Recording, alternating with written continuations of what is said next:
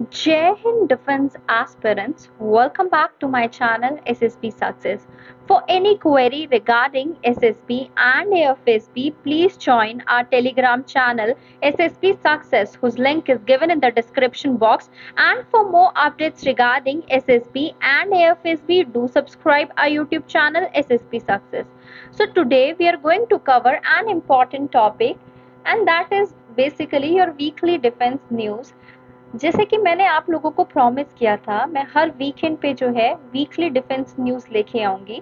So this is a third basically video of weekly defence news, and I want you to like it and subscribe our channel, और इस video को काफ़ी ज़्यादा से ज़्यादा reach पहुँचाओ, सो दैट हमारी वीकली डिफेंस न्यूज़ जो है कॉन्टिन्यूटी में बनी रहे।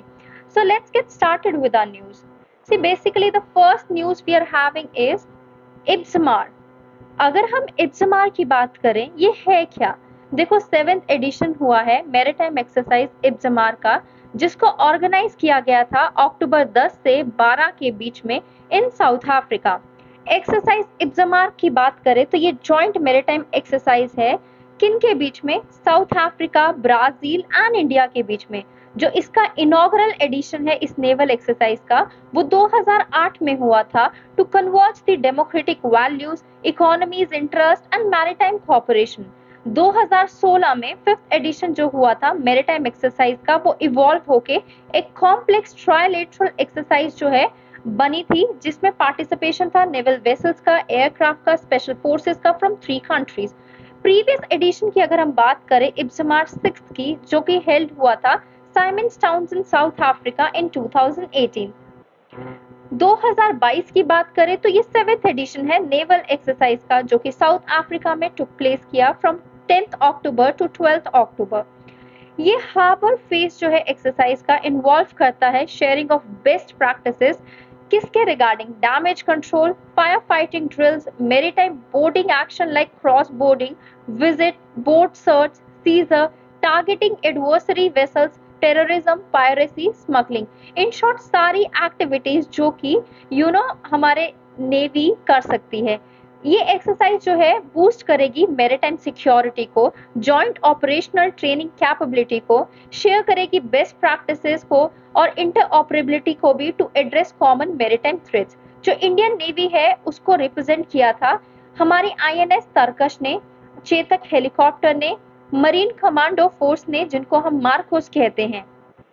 अब तरकश के बारे में बात कर लेते हैं, आईएनएस तरकश के बारे में, जो कि एक तलवार क्लास गाइडेड मिसाइल फ्रिगेट है, जिसको बिल्ड किया गया है यंतर शिपयार्ड के द्वारा इन रशिया कलिनिग्राड।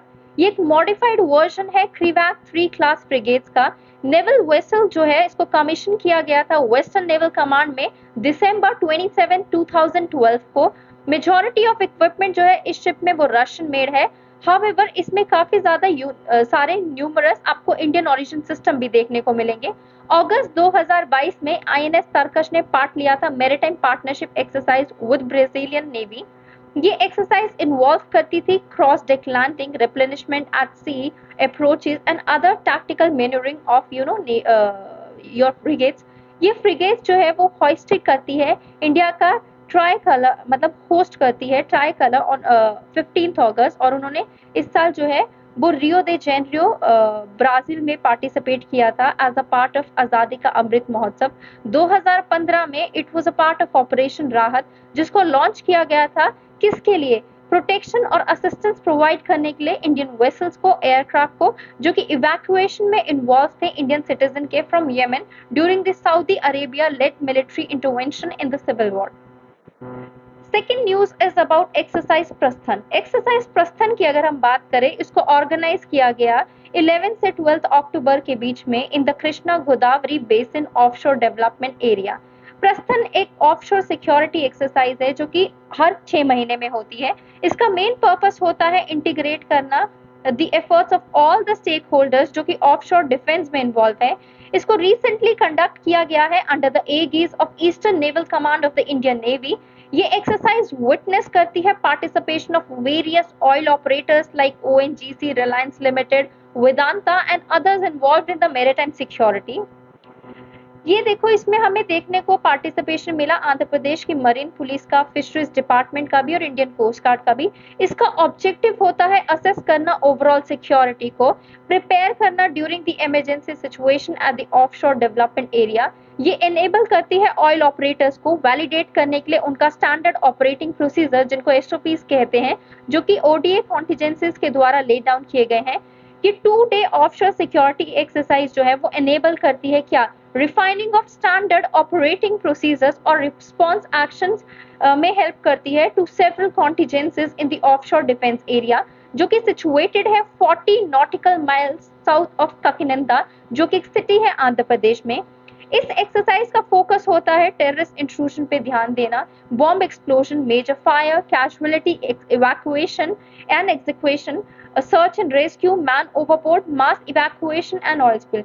ये प्रोवाइड करती है एक अपॉर्चुनिटी सारे स्टेक होल्डर्स को, so that they can prepare themselves ऐसे सिचुएशंस में जब ऐसा कोई सिचुएशन आए। कृष्णा गोदावरी बेसिन एक डेल्टिक प्लेन है जो कि फॉर्म हुआ है by eastern coastal rivers Krishna and Godavari.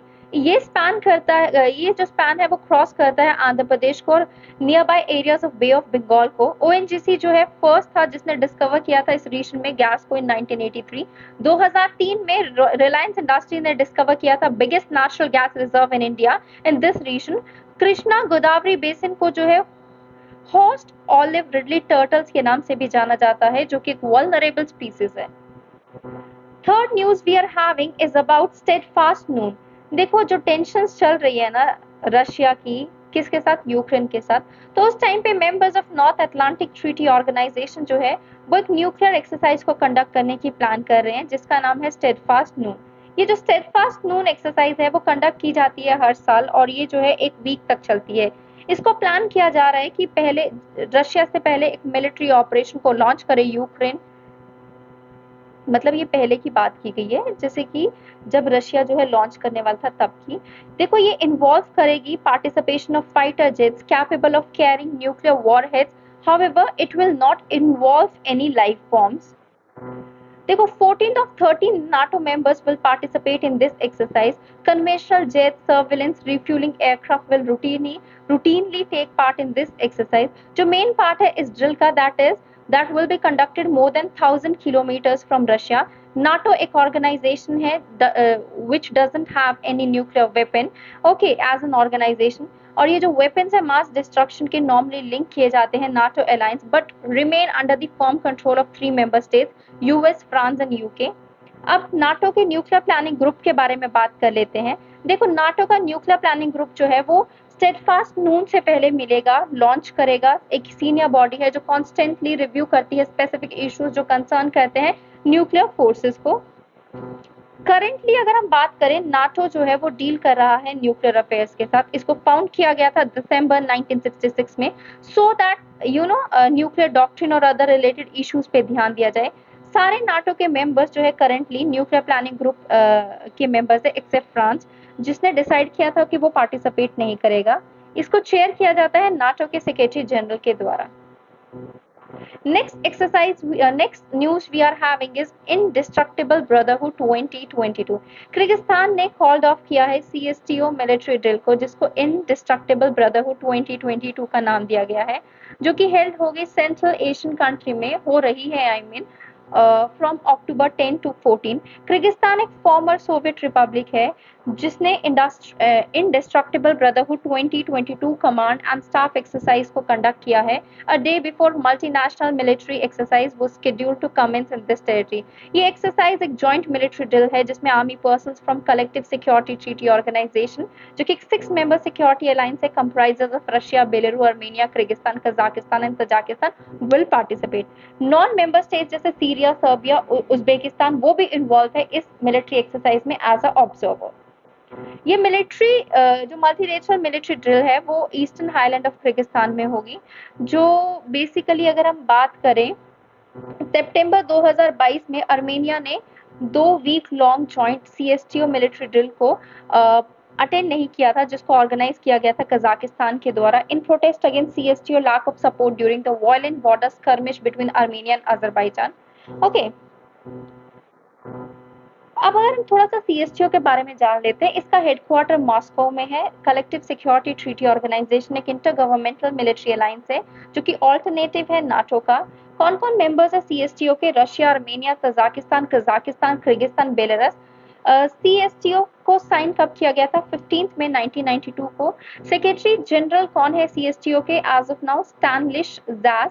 कौन सी कंट्रीज फॉर्मर मेंबर्स है सीएसटीओ के? That is Georgia, Azerbaijan, Uzbekistan. INS, next news we are having is regarding INS Arihant, which is going to carry out a successful launch of submarine launch ballistic missile. India की nuclear power submarine INS Arihant ने basically Friday को carry out किया है successful launch of submarine launch ballistic missile. कहाँ पे? बे of Bengal में, with high accuracy. और ये किसने कहा? हमारे डिफेंस मिनिस्टर ने, राजनाथ सिंह ने। और ये भी कहा गया ऑपरेशनल और टेक्नोलॉजिकल पैरामीटर्स जो है इस वेपन सिस्टम के वो काफी वैलिडेटेड है, एक मेजर माइलस्टोन अचीव करते हुए दिख रहा है जो कि इंडिया की स्ट्रैटेजिक स्ट्राइक कैपेबिलिटीज को बूस्ट अप करेगा। आईएनएस अरिहंत जो है वो सक्सेसफुल लॉन्च जो है उसने कैरी आउट किया SLBM का, ठीक है। कब किया? अक्टूबर 14 को। ये मिसाइल को टेस्ट किया गया था to predetermined range and impact the target area in the Bay of Bengal with high accuracy. Number 6 news we are having is Indian Army bet on hire to retire platform Zinc HR to automate HR processes। देखो ये जो HR processes है ना army में, उनको streamline करने के लिए आर्मी ट्रेनिंग कमांड ने साइन किया है एक memorandum of understanding with HR tech firm Zing HR as a part of the engagement. ये स्टार्टअप जो है ये प्रूफ ऑफ कॉन्सेप्ट है जो कंसोलिडेट करेगा डिफरेंट प्रोसेसेस को into a uniform interface to provide a seamless experience across Indian army. Next news we are having is Indian Army is going to procure electric vehicles for selected units। Indian Army ने decide किया है वो procure करेंगे electric vehicles को for selected units and formation in sync with the government overall policy of reducing the carbon emission। Officials ने कहा ये Wednesday को, as per the plan around 25% light vehicles, 38% buses, 48% motorcycles in select unit will be replaced with electric vehicles in a time bound manner। So that is a good news, okay? So guys, that was all. I hope you like the video. If you like it, do like it, share it and subscribe our YouTube channel SSP Success. Guys, your likes and comment motivate us to make more and more videos. So I hope you get it.